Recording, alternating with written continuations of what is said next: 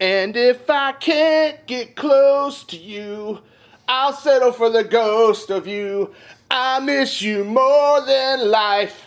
Hello and welcome to the next episode of Matt and Todd Go to the Movies with special guest Tim Davis. This is the podcast where all three of us went and saw a movie at our new local Regal Cinema Theater. Mm-hmm. And now we're going to talk about it.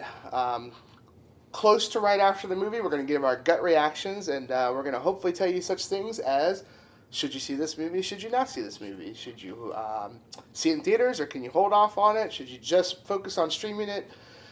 Should you snack during it? Do you need to pay attention? We'll try to answer all those things, maybe more, maybe less. Who knows? I am Todd Domer. And I'm Matt Malloy, and yes, we saw a movie. This movie is called Haunted Mansion. Not to be confused with 2003's version of the exact same movie called The Haunted Mansion. It's not the exact same movie, but both are based on the Disney ride, The Haunted Mansion. There's a few people in this. Tim, take it away. All right, our lead actor is LaKeith Stanfield. He's more of a character actor, really, but he's definitely centered around this movie's plot. But there are a lot of other side actors in this that are recognizable. Tiffany Haddish is a psychic that shows up that they recruit to try and figure out what's going on in this house. Rosario Dawson plays the mother of a mother and a child who show up to live in this house, not knowing what they are setting themselves up for.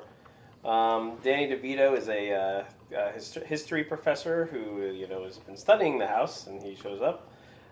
Jamie Lee Curtis plays the famous Madame Leota from the ride. She's basically a ghost trapped in a crystal ball. And then Jared Leto, although you won't see Jared Leto, but he is the voice of the Hatbox Ghost, I believe he's called. He's the main haunting ghost that narrates the ride, I would say, in the at the Disney parks. And Owen Wilson is a priest who basically sets the plot in motion by recruiting our lead actor into investigating the house and seeing what's going on. And then there's a fun little small role for Winona Ryder at one point. That's a surprise. And Dan Levy. Oh, and Dan Levy also is shows up, but small part. Yeah, with. Those are your main cast, and Matt, to you. Yeah. What is Haunted Mansion about? Well, it is about a mansion that's haunted. So, what our involvement as the audience, we get involved in it when Rosario Dawson's character comes along with her son, and she has bought the haunted mansion in question, and they find out it's haunted. And then from there, various people are recruited to help with it. You got Owen Wilson's priest character, Father Kent. You've got our main character, Ben, who used to be an astrophysicist and then has hit on hard times and is now a walking tour guide in New Orleans, which is near where this haunted mansion is.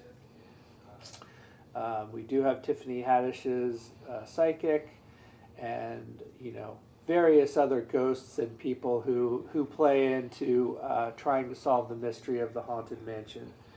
Because basically, the trick with this mansion is you go inside and then you can't really leave. Like, you can leave, but then ghosts follow you and do horrible things to you until you go back to the mansion. All these people are trying to figure out what is going on and how they can solve the mystery, and bit by bit, information is revealed that there are 999 ghosts trapped in this house, and the 1,000th ghost or person to die there and become a ghost will give this kind of this evil ghost who's ruling over the 999 of them the power to escape the house. So this becomes a battle between our cast of characters who are trying to get rid of this evil ghost, and the evil ghost himself, who's trying to get one more ghost in his box of ghosts, house of ghosts. And the last ghost has to be willing. The last ghost has to be a willing victim. Volunteer. So the movie is about how that all unfolds, and we get the cameos and different things, and there's a lot of tie-ins to the ride at Disney World, and I guess the one at Disneyland. I think they're pretty similar. And so, Todd, I'll ask you at this time for your gut reaction to the movie Haunted Mansion. And I will willingly give it. Willingly. So this was an interesting experience for me because if I have been on that ride, I haven't been to Disneyland or Disney World since I was really little. So if I have gone on that ride, I don't remember it. I don't remember anything from it. So it was interesting going into this movie just not knowing anything, and I feel like that hurt my experience. This movie plays a lot on, what's a part of the ride, some of the lines that are in the ride, some of the ghosts that are on the ride. So if you haven't been through the Haunted Mansion at Disneyland or Disney World, you don't get the grasp of everything that's happened. You don't get, the full enjoyment. And that's not to say it was a bad movie. I just felt like a lot of their effort went into these tie-ins and stuff like that. And so if you don't know the tie-ins, it'd be the same if a Marvel movie just followed the comic exclusively and threw in just tons and tons of Easter eggs from the comic, and that was the main point of the movie. Then people who have never read the comic are going to be kind of lost. So that's how I felt. I do feel like they did a good job of explaining everything that was going on. I wasn't lost in the sense of where the plot was or what we're doing. It just was I'm not getting all those little nice Easter eggs. So I do think that is going to ding my review, my number. But that's the choice they went with, so I understand. It's probably more on me that I've never ridden those rides because I would say probably most of the world has at this point. Maybe not. I don't know. So outside of that, the main character, Ben, the guy who played him, I'm not a big fan of his acting. He's been in some stuff that I've seen. A lot of times I felt like his performance was distracting. There's some good parts in it. He delivers some good monologues and some good kind of back and forth with the other characters, but I'm just not the biggest fan. I love Danny DeVito.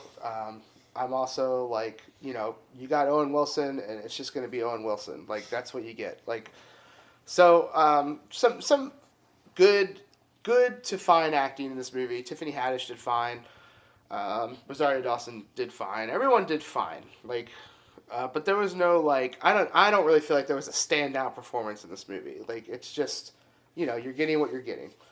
And I guess the effects were kind of cool at times. Some of the ghosts, I don't like the aesthetic look of some of the ghosts they use because it makes me think of the Scooby-Doo movies.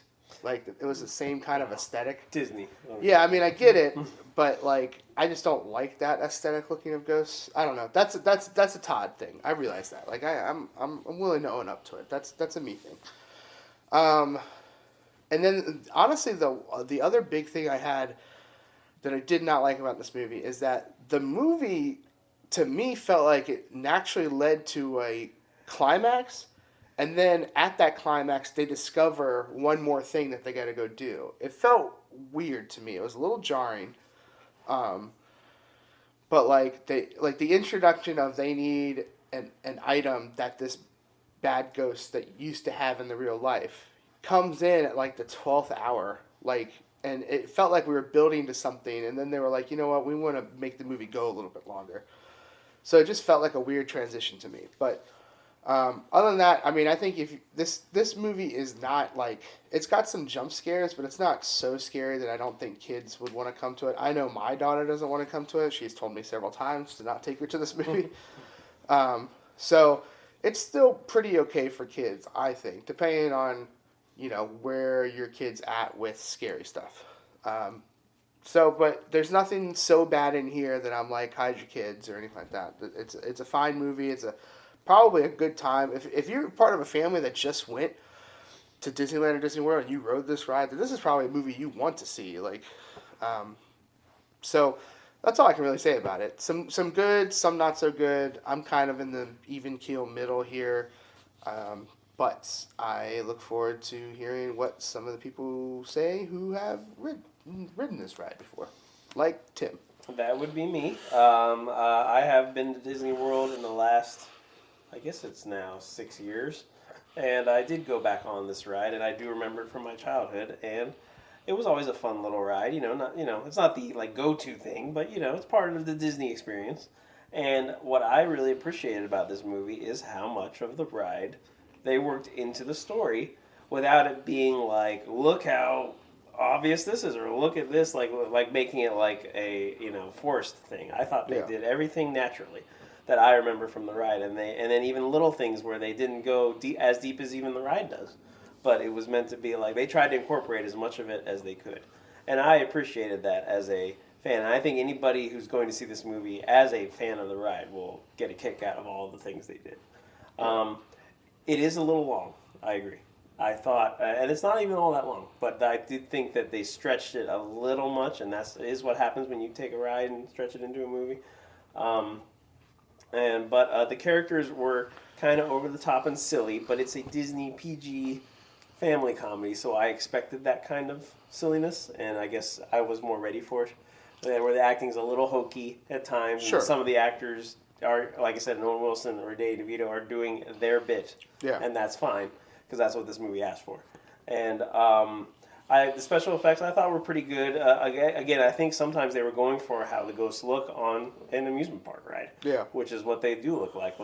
Just for fans of the ride, they have the axe murderer ghost is in it. The Hatbox, who's the main guy, who's the narrator of the ride. That's who Jared Leto's playing. But I tell you what, you could have told me anybody was playing it, because whatever Jared Leto is doing, he sounds exactly like the voiceover guy from the ride, and it's pretty amazing to me because he had the same cadence and the whole "I have 999 ghosts, but there's always room for one more," and that's a key line from the ride.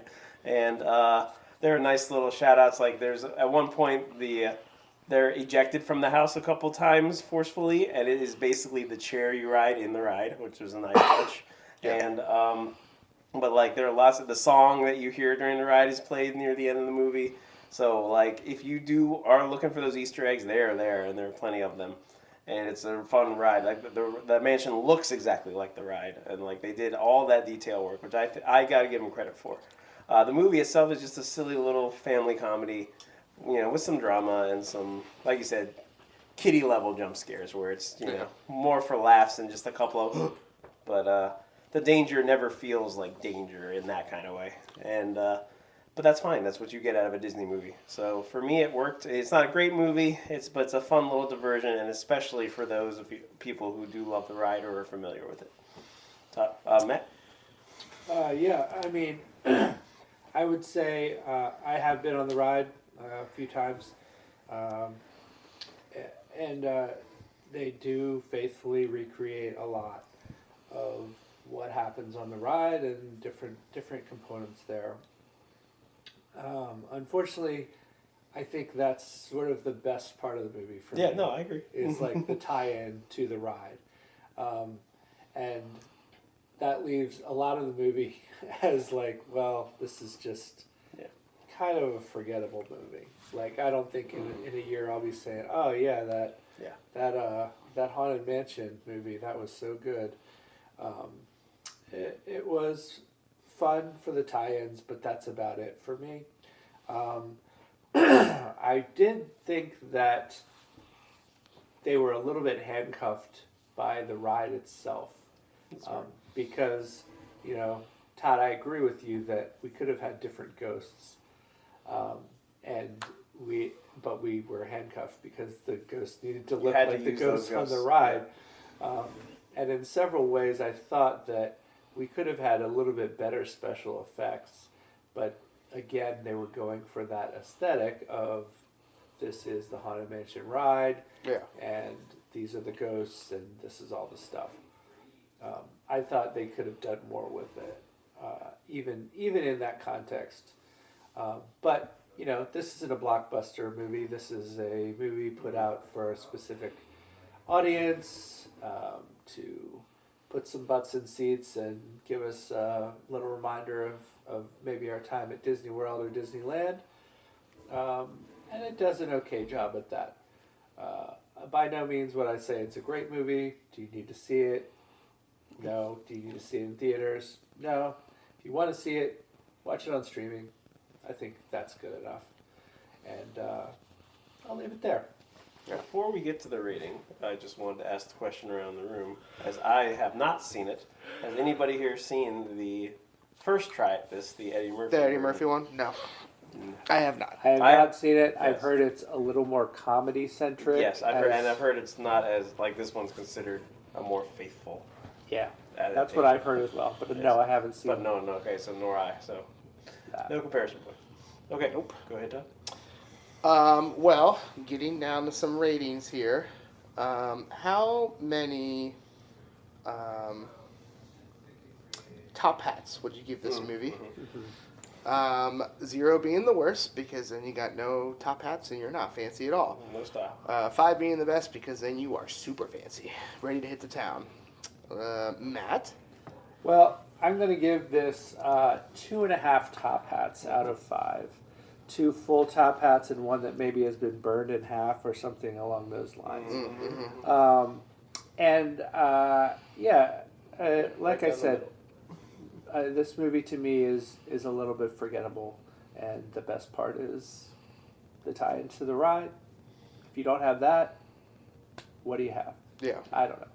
Not much. So, 2.5. Tim? Yeah, I'm in the same area. I'm going to bump it just above average and have it at 2.6. Again, for me, as the ride component's well done, and I get it. I have a sucker spot for Owen Wilson, so he notches me up to 2.6. Yeah.